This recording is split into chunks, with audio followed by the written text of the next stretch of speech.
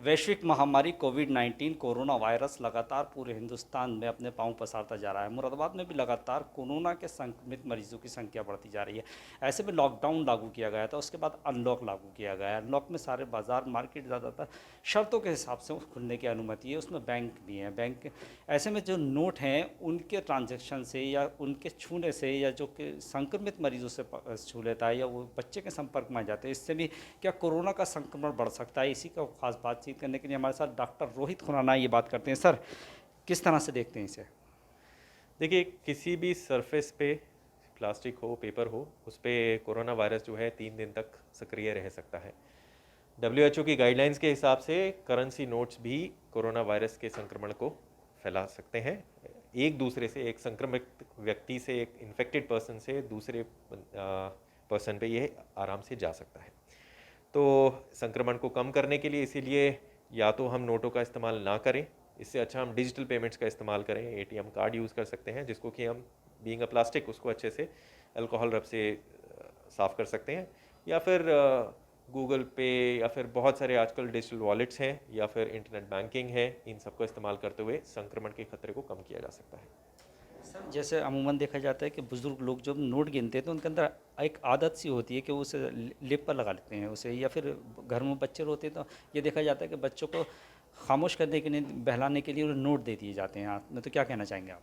देखिए, ये करना बिल्कुल भी सही नहीं है, क्योंकि अगर उस नोट पर वायरस है और उसी हाथ से हम अपने नाक, मुंह और किसी फेस को छू रहे हैं, तो संक्रमण फैल सकता है। ठीक है, तो ऐसा बिल्कुल भी ना करें।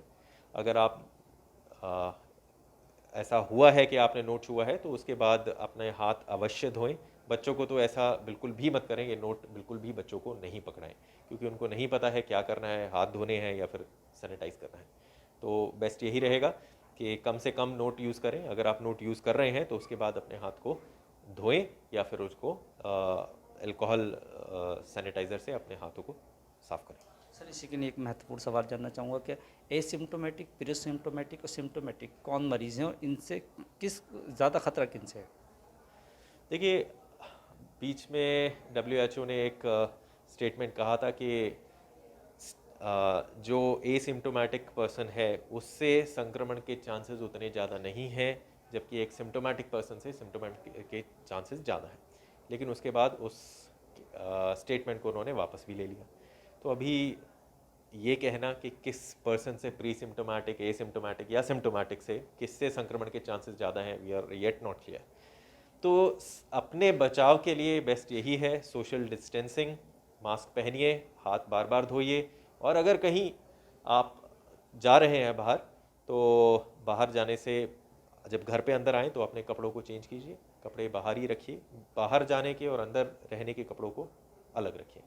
दूसरा, मैं चाहूँगा, एक चीज़ ज़रूर बोलना चाहूँगा, बहुत सारे लोगों को मैं देखता हूँ वो ग्लव्स पहन के इधर उधर जा रहे हैं, और इधर उधर वो सोचते हैं कि ग्लव्स पहनने से हम कोरोना से बच जाएंगे। आप एक ग्लव्स आपने पहना सुबह 10 बजे, और उसके बाद आप बाज़ार भी गए, अपनी गाड़ी को भी खोला, गाड़ी भी चलाई आपने, अस्पताल में भी आ गए, अस्पताल में भी दरवाज़ा खोलने के लिए उसका इस्तेमाल किया, तो वही वही आपने वो हॉस्पिटल से उठाया वायरस को और अपनी गाड़ी में भी लगा लिया और अपने घर के दरवाजे पे भी लगा दिया। तो ग्लव्स आप लोगों के लिए नहीं है। ग्लव्स पहनना बहुत ही, या तो हमारे लिए है अगर हम किसी को छू रहे हैं जिसको कि संक्रमण है, या फिर हम किसी को संक्रमण या नहीं देना चाहते, उस केस में है। ग्लव्स आम जनता के लिए नहीं है, तो ग्लव्स ना पहने। ग्लव्स ना पहनने से अच्छा है आप अपने हाथ बार बार धोएं, एक सैनिटाइज़र हमेशा अपने पास रखिए। किसी भी सरफेस को आप छू रहे हैं, आपको लग रहा है कि संक्रमण का खतरा है, तो अपना हाथ साफ करते रहिए। सोशल डिस्टेंसिंग मेंटेन रखिए, मास्क पहनिए, और बस हाइजीन ध्यान रखिए, इससे इम्पोर्टेंट और कुछ नहीं। अमृत विचार से बात करने के लिए बहुत बहुत धन्यवाद आपका। ये थे डॉक्टर रोहित खुराना जी। उन्होंने साफ तौर पर कहा है कि नोटों से भी कोरोना फैल सकता है। संक्रमित मरीज़ अगर इसे छू लेता है, फिर उसके बाद अगर ये किसी व्यक्ति के पास पहुंच जाता है, वो भी इसको मुंह से या किसी बच्चों को दे देते हैं, तो संक्रमण फैलने का खतरा बहुत ज़्यादा है। और ख़ास बात ये कही है कि ग्लव्स हर किसी के लिए नहीं, जो प्रोफेशनली डॉक्टर हैं उनके लिए, क्योंकि वो लगातार जो कोरोना मरीज़ होते हैं उनके संपर्क में भी रहते हैं। तो कुल मिलाकर सोशल डिस्टेंस का खास तौर पर ख्याल रखिए, हाथों को बार बार सैनिटाइज करिए, यही इसका वाहिद इलाज है। फिलहाल मुझे और मेरी टीम को दीजिए इजाज़त। आप देखते रहिए अमृत विचार।